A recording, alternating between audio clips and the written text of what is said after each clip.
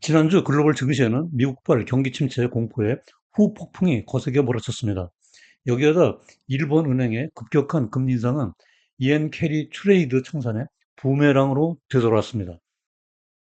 이에 따라 뉴욕 증시의 3대 지수 모두 큰 폭으로 하락한 가운데 아시아 증시에서 니케이 지수와 코스피 지수가 역사상 최악의 폭락세를 기록하면서 블랙 먼데이를 연출했습니다.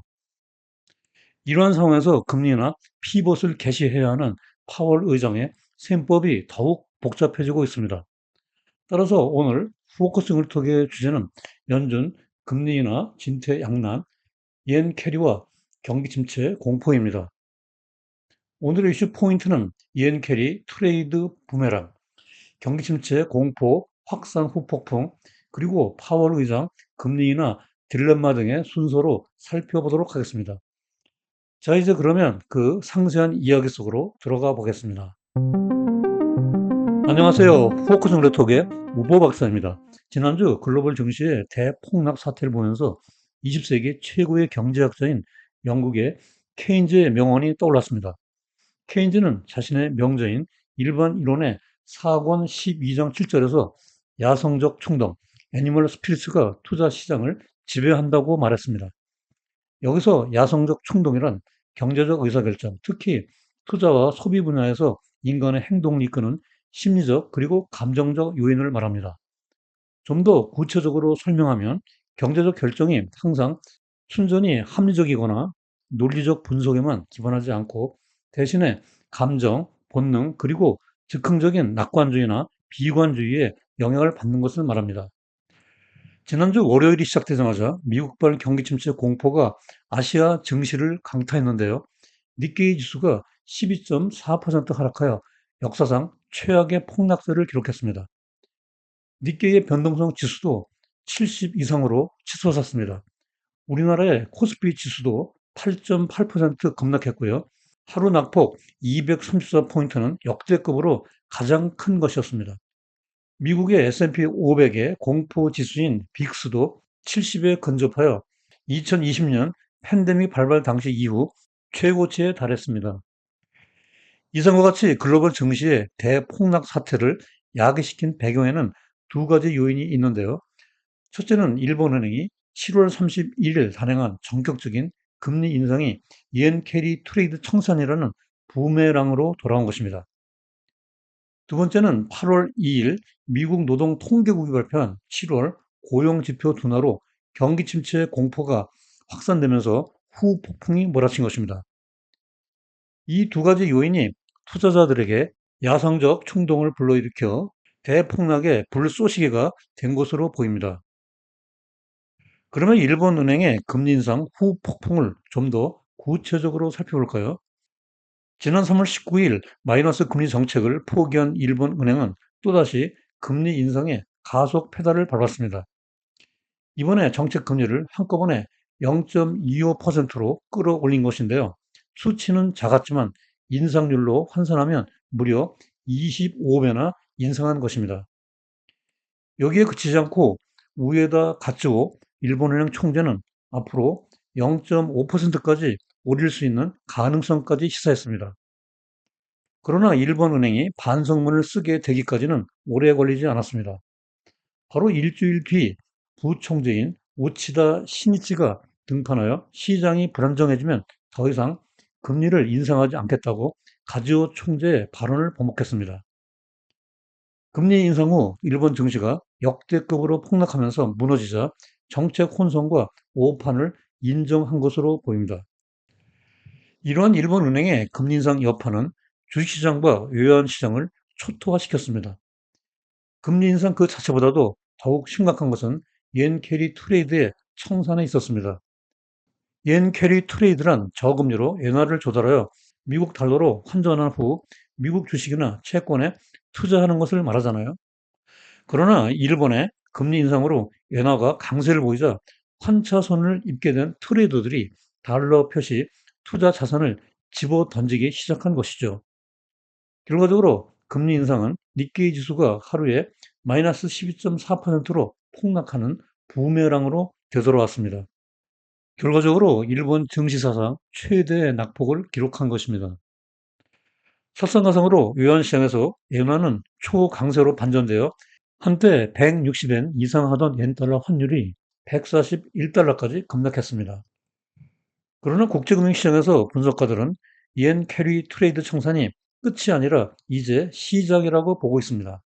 파이낸셜 타임즈 기사에서 보듯이 이것이 아직 시장을 위협하고 있다고 보도하고 있습니다. 여기 그림에서 보듯이 엔화의 공매도 포지션이 최근 2, 3년 사이에 가파르게 증가해 왔고 그 잔액이 2008년 글로벌 금융위기 직전보다도 더 높은 수준을 유지하고 있습니다. 보다도 구체적으로 JP 모건의 분석가들은 옌 캐리 트레이드 규모가 얼마나 큰지 그리고 얼마나 해소되었는지 정확히 아는 사람은 아무도 없으며 현재로서는 투기적 거래에 자금을 지원했던 가장 불안정한 공매도 포지션이 우선적으로 청산된 것으로 보고 있습니다. 또 다른 분석가는 현재 조정은 끝이 아니라 시작에 불과하며 엔 달러 환율이 2026년까지 129엔에 도달한 후 2027년에는 116엔이 될 것으로 예상하고 있습니다. 한편 지난주 아시아 증시에서 블랙 먼데이가 있던 날 미국 뉴욕 증시에서도 거의 투매에 가까운 폭락세를 보였습니다. 경기 침체에 대한 공포가 확산되면서 S&P 500과 나스닥 지수가 3% 이상 급락하고 채권 시장에서 10년물 국채 금리는 3.7%까지 가파르게 하락했습니다. ISM의 제조업 PMI가 46.8%로 급락한 데 이어 노동통계국이 발표한 7월 실업률이 4.3%로 치솟고 비농업 신규 채용이 11만 4천 건으로 급락한 것이 도화선이 되었습니다.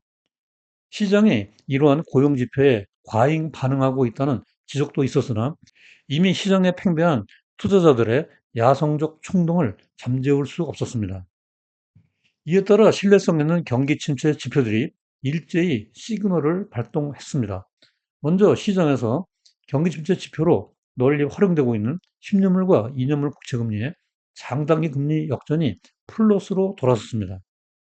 8월 5일 장중 한때이긴 하지만 이 장단기 금리차가 플러스 8bp로 전환된 것입니다. 역전이 시작된 2022년 7월 이래 최초입니다. 이에 대해 어느 이코노미스트는 시장이 연준 앞으로 금리를 내려야 한다고 비명을 지르고 있다고 표현했습니다. 한편 장단기 금리차 역전과 경기 침체 지표의 원조인 캠벨 하비 교수의 10년물과 3월물 장단 금리차는 연준이 금리 인하를 시작하면 빠르게 해소될 것으로 보입니다. 3월물 금리는 연준의 금리 정책과 항상 붙어 다니기 때문이죠. 또 다른 믿을 수 있는 경기 침체 지표인 샴 법칙이 발동되었는데요. 7월 실업률이 4.3%까지 치솟자 이 지표가 경기 침체 레드라인을 통과하여 0.53까지 상승했습니다. 이에 따라 월가에서는 경기 침체 확률이 올라가고 있는데요. 경기 침체에 가장 보수적으로 접근하는 하우스 중의 하나인 골드만삭스는 최근 앞으로 12개월 이내에 경기 침체 확률을 종전의 15%에서 25%로 상향 조정했습니다. 블룸버그의 시장 컨센서스는 30%에 달하고 있습니다. 이와 같은 상황에서 금리 인하로 피벗을 준비해야 하는 파월 의장은 딜레마에 빠져 있습니다. 향후 연준이 금리를 인하하고 일본은행이 금리를 인상하면 양국 간의 금리 차가 좁혀지면서 엔화 강세가 심화될 수 있기 때문입니다.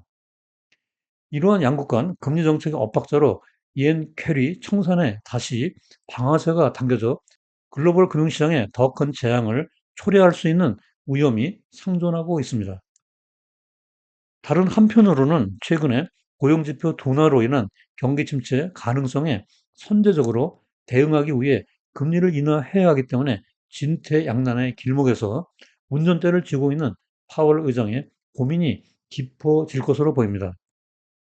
실제로 월가의 이코노미스트들은 연준의 금리 인상이 시작되면 최근 불거지고 있는 이엔 캐리 트레이드 청산이 상황을 악화시킬 수 있다고 우려하고 있습니다. 유력한 독립계 연구기관의 하나인 TS 롬바드가 대표적인데요. 분석가들은 연준의 급격한 금리 인하는 글로벌 이엔 캐리 트레이드 청산을 재점화시킬 위험이 있으며 미국 경제가 무엇보다도 우선되어야 하지만 연준은 보다 신중해져야 한다고 경고하고 있습니다. 또한 미국 경제의 경기 침체와 관련하여 연준의 보다 더 공격적인 금리 인하를 촉구하는 이코노미스트들의 목소리가 높아지고 있습니다. 와튼 스쿨의 제레미 시걸 교수가 대표적인데요. 그는 경기 침체에 빠지지 않으려면 연준이 9월 이전이라도 임시 회의를 소집하여 금리를 75bp 인하해야 한다고 주장하고 있습니다. 또한 적정 기준금리가 3.5와 4% 사이 어딘가에 있고 연준의 인플레이션 목표가 90% 이상 달성되었으므로 이제부터는 실업률에 집중해야 한다고 촉구하고 있습니다. 그러나 연준이 당장 긴급 금리 인하에 쉽게 나설 것 같지 않습니다. 따라서 이달 말에 열리는 잭슨홀 미팅에서 파월 의장의 기조 연설이 앞으로 금리 인하에 대한 방향성을 구체화시킬 것으로 기대되고 있습니다. 최근 연준의 금리 인하 개시와 맞물려 경기 침체와 이엔 캐리 청산 등의 불확실성으로 변동성이 높아지고 있는데요. 현재 투자 시장의 시계는 극단적인 공포 구간을 가리키고 있습니다. 이럴 때일수록 투자 그루들의 조언에 귀를 기울이며 야성적 충동에 휩싸여서는 안 되겠습니다. 워런 버핏은 부자가 되는 방법을 다음과 같이 가르쳐 주고 있습니다. 즉, 다른 사람들이 탐욕스러울 때 두려워하고 다른 사람들이 두려워할 때 탐욕스러워지세요. 공포와 욕심 사이에서 균형을 잘 잡으라는 투자의 달인의 촌철살인과 같은 조언입니다. 자, 이제 오늘 영상의 끝 순서로 주요 내용과 시사점, 그리고 투자자 관점에서 유의사항을 포커스 포인트로 정리해 보도록 하겠습니다. 첫째로 지난주 글로벌 증시는 이엔 캐리 트레이드 청산과 미국의 경기 침체 공포 확산으로 야성적 충동이 지배하는 블랙 먼데이를 기록한 후 급반등을 보이는 등 롤러코스터 장세를 연출했다. 둘째로 연준은 경기 침체 방어를 위해 금리 인하 개시를 준비해야 하나 옌 캐리 청산을 악화시킬 위험이 상존하고 있어 진퇴양난에 직면하고 있으며 잭슨홀 미팅에서 보다 가시적인 금리 인하 로드맵이 제시될 것으로 보인다. 실제로 그러나 각자의 투자 결정 시 야성적 충동을 바로잡을 수 있는 균형추가 필요하다. 즉흥적인 감정이나 본능에 따른 과도한 낙관주의 또는 극단적인 비관주의에 빠지지 않으려면 공포, 피어와 욕심, 구리드 사이의 균형을 유지하는 투자 철학이 필수적으로 요구된다고 정리할 수 있겠습니다. 본 영상 시청 후 블로그 우보의 경제나무에 들어가면 전체 방송 대본 스크립트를 읽어볼 수 있습니다. 영상에서 놓친 구체적인 데이터 확인과 복습용으로 많이 활용해 주시기 바라고요. 영상 업로드 몇 시간 후 댓글에 바로가기 링크를 걸어 놓겠습니다. 마지막 무더위에 각별히 건강관리에 유의하시고요. 오늘 영상이 도움됐다면 구독과 좋아요 부탁드립니다. 다음에도 여러분들의 글로벌 경제 지식을 넓히고 투자 생활에 힘과 도움이 되는 더욱 유익한 영상으로 또다시 찾아뵙겠습니다.